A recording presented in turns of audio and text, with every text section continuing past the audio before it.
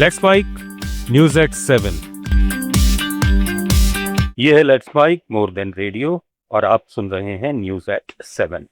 Bulletin में अब बात करते हैं देश के 5 राज्यों की 7 विधानसभा सीटों पर हुए उपचुनाव के नतीजों की, जो करीब करीब साफ हो गए हैं।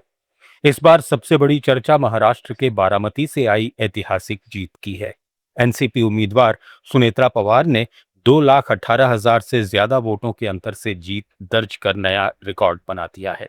इससे पहले सबसे बड़ी जीत का रिकॉर्ड यूपी के साहिबाबाद सीट पर था, लेकिन अब बारामती ने इतिहास बदल दिया है।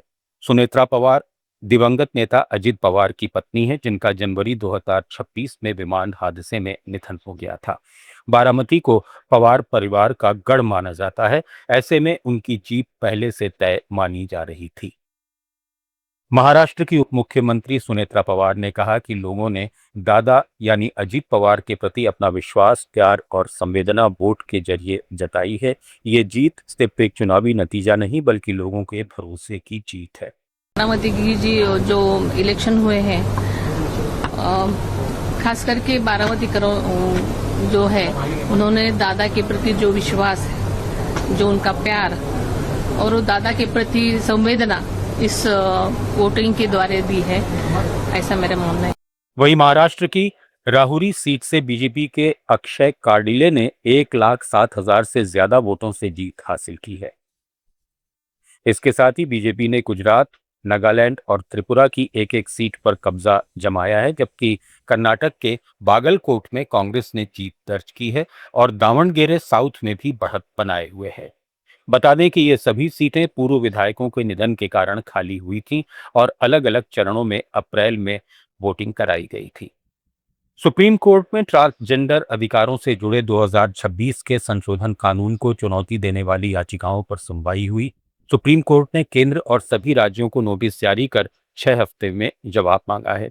सुनवाई के दौरान वरिष्ठ वकील अभिषेक मनु सिंघवी ने कहा कि नया संशोधन 2014 के NALSA बनाम यूनियन ऑफ इंडिया फैसले के खिलाफ है, क्योंकि ये ट्रांसजेंडर व्यक्तियों से अपनी पहचान खुद तय करने का अधिकार छीनता है।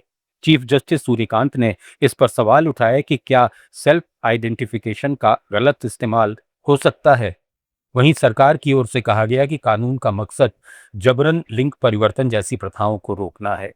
नए संशोधन में अब ट्रांसजेंडर पहचान के लिए मेडिकल बोर्ड की सिफारिश जरूरी हो सकती है, जिसे याचिकाकर्ता निजता और गरिमा के आधार का उल्लंघन बता रहे हैं। हालांकि कोर्ट ने फिलहाल किसी अंतरिम राहत से इनकार किया है। अब इस मामले की सुनवाई 3 जजों की बेंच करेगी। उत्तर प्रदेश के प्रयागराज में आज नॉर्थ टेक सिंपोजियम की शुरुआत हुई। यहां रक्षा मंत्री राजनाथ सिंह ने उद्घाटन किया। उन्होंने कहा कि देश को डिफेंस कॉरिडोर की तरह नॉलेज कॉरिडोर भी विकसित करना होगा। राजनाथ सिंह ने ऑपरेशन सिंदूर का जिक्र करते हुए कहा कि इस ऑपरेशन के बाद दुनिया को भारत की ताकत का एहसास हो चुका है।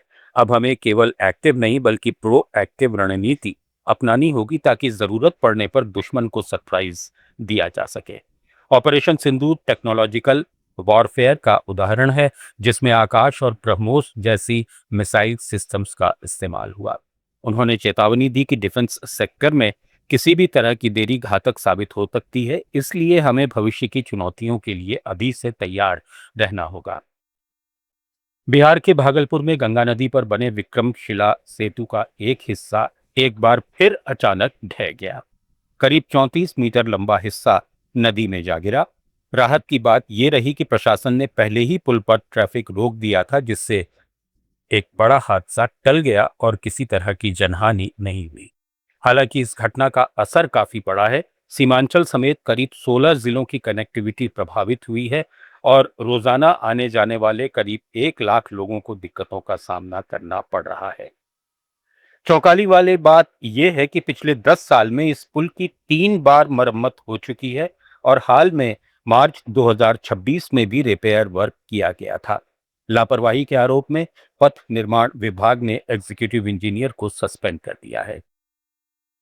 मध्य प्रदेश के रीवा एयरपोर्ट पर बड़ी लापरवाही का मामला सामने आया है, जहां अलायंस एयर ने 72 सीटों की बुकिंग के बावजूद 48 सीटों वाला छोटा विमान भेज दिया। रविवार रात हुई इस घटना में कंफर्म टिकट होने के बावजूद 15 यात्रियों को दिल्ली जाने वाली फ्लाइट में चढ़ने नहीं दिया गया और उन्हें वापस लौटा दिया गया। इस दौरान यात्रियों और उनके परिजनों ने एयरपोर्ट पर जमकर हंगामा किया और अव्यवस्था पर नाराजगी जताई। न्यूज एट 7 में फिलहाल इतना ही। बने रहिए लेट्स माइक के साथ।